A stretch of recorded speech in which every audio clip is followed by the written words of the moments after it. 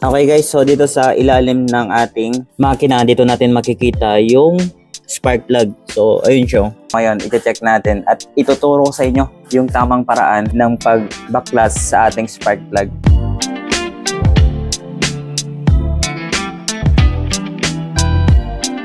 Oops, teka, bago ka magpatuloy sa aking video, huwag kalimutang mag-like, comment, subscribe. Hi guys, another day, another video ulit tayo. So ngayon, ituturo ko sa inyo kung paano nga ba magbaklas ng ating spark plug na hindi tinatanggal yung ating U-box. Alright?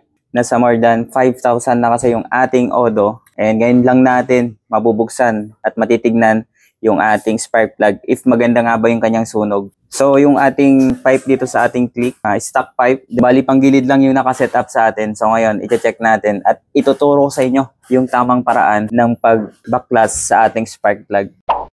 So ayan yung ating motor. And 'di ba, kapag nagbabaklas sila ng kanilang spark plug, tinatanggal nila yung kanilang U-box. And tayo, hindi na tayo magtatanggal ng U-box. Dudukutin na lang natin yung spark plug natin dito. So ito yung gagamitin natin. Ito yung free ng ating motor.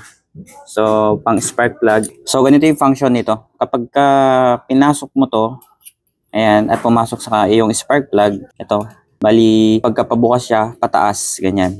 Pero ito, hindi natin gagamitin to. Ito yung gagamitin natin para mas madali nating mabunot yung ating spark plug. Ito yung dati kong tools sa ating sniper. Ayan, yung pinagbubunot natin dati sa kanyang spark plug. And ito, yung size na 19mm na close wrench. Okay, so bago natin simulan yung pagbabaklas sa ating spark plug, gusto ko lang sabihin sa inyo na never nabuksan yung ating makina. Hindi siya naka-bolt on, panggilid lang. Kasi yung last na video natin, madaming nag-react kasi nag 120 plus yung ating top speed.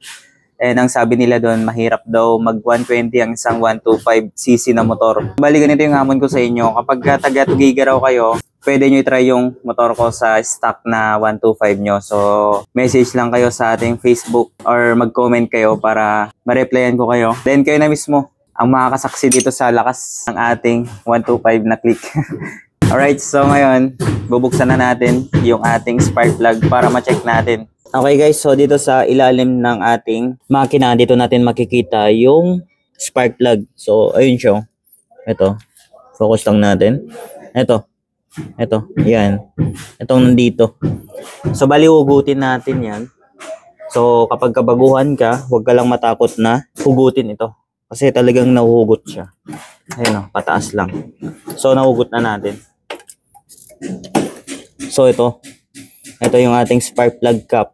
Ayan o, madumi na rin o. Wow, ayun o, bagong bago yung kulay niya.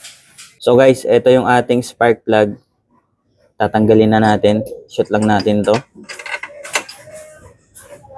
Ayan.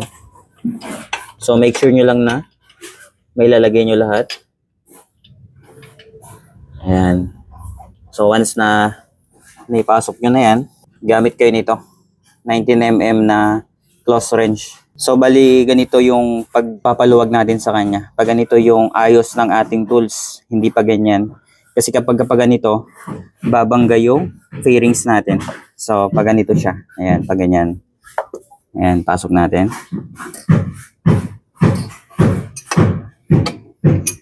Ayun, so kapag ipasok natin yan, luluwagan na natin, pataas lang.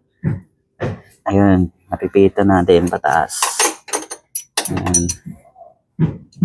Madali lang to guys kapag meron kayong proper tools. So no need nyo nang buksan yung inyong U-box. Kasi kapag nagtanggal pa kayo ng U-box nyo, oras pa yun. So ito mabilisang lang, pagtanggal lang to.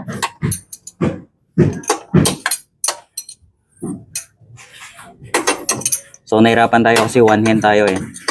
Hawak natin yung camera natin. So try nating pihitin sa kamay natin. Ayun o, napipihit na natin. Ayun. Ano kaya yung magiging color nito?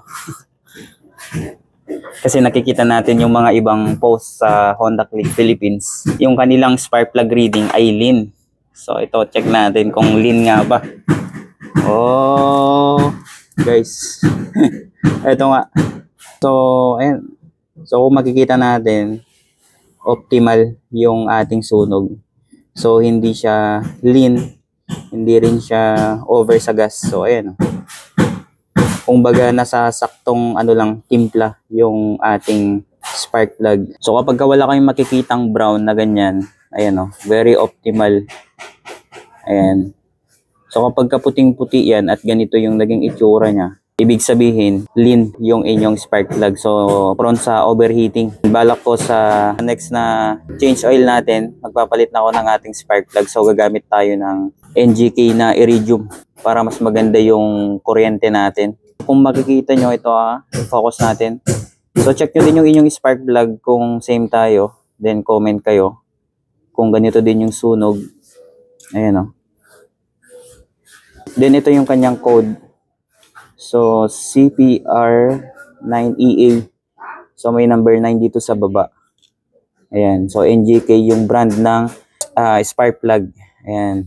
So, parang same sila ng Sniper 155. Ganito lang din yung sa Sniper ko nun. Long thread to. Itong spark plug na to. Diba guys, walang kahirap-hirap yung pagtanggal natin ng spark plug. So, no need na talagang buksan itong U-box. So, pwede nyo lang siyang hugutin dito sa baba. So, inulit ko lang. Kailangan nyo gumamit ng ganitong tools. Size 19mm. And gamit din kayo nito. So, itong gamit natin na to ay size 17 na tools. So, kapag mayroon kayong ganito, mabubuksan nyo yung inyong spark plug. Pwede nyo din gamitin itong free na binigay sa inyo. Pero sa akin kasi, mas madaling magbunot kapag mayroon ka nitong tools na to. Alright? So, ngayon, ibabalik natin itong ating spark plug. And same din. Same dun sa ginawa natin. So, unahin muna natin ipasok tong spark plug.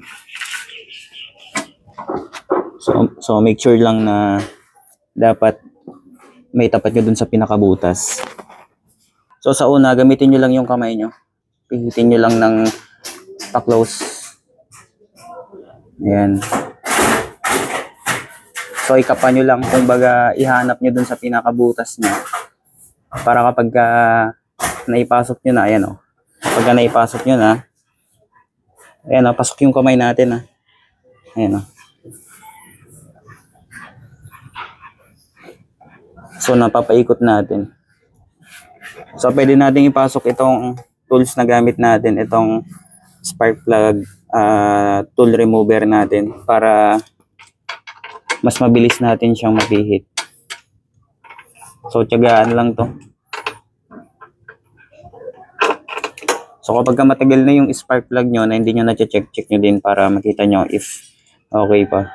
Maganda yung sunog or palitin na. Kasi kapag kapalitin yan, yung pinaka-tip ng spark plug nyo ay malangis-langis na.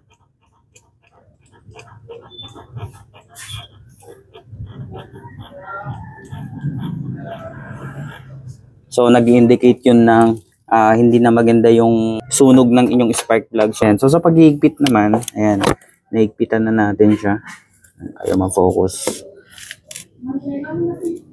So guys, bali ganyan yung itsura niya sa loob. So kapag higpitan natin, pababa naman. Okay na yan. So pwede na natin bunutin ito. Ayan. At ipasok natin yung ating spark plug cap. Ito. So nakita nyo naman, ayan bagong bago. First time niyang mabuksan, kulay gold yung loob niya. Tara, balik natin.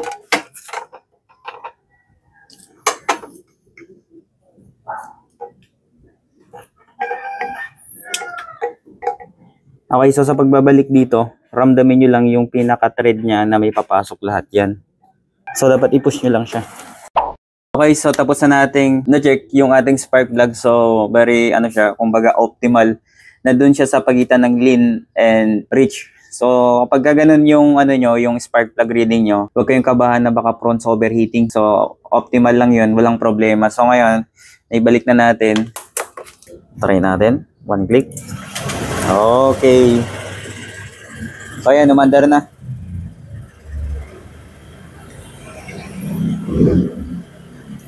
I-warm up lang muna natin at least 1 minute. Then, ready to go na ulit. Okay, so hindi lang dyan nagtatapos yung ating gagawin sa ating motor. And sa susunod na video natin, siguro i-fix natin din yung lumalangit-ngit sa ating motors. Kasi dito na part, oh. Ayan, throttle cable hanggang sa baba. Ayan. Tapos, ito yung naririnig natin. Lumalangit-ngit. Ayan, oh. Ayan, oh. Hindi ko alam kung naririnig, ah. Lumalangit-ngit. Wait lang, parinig ko sa inyo. Ayan, oh. Ganyan yung... So, ganyan na ganyan yung tunog na naririnig natin. Every time na nalulubak tayo, tumutunog yung ganyan na tunog. Nakakairita kapag nasa rough road tayo. Ganyan yung naririnig natin. Okay guys, so dito na nagtatapos yung ating video. Ride safe and God bless.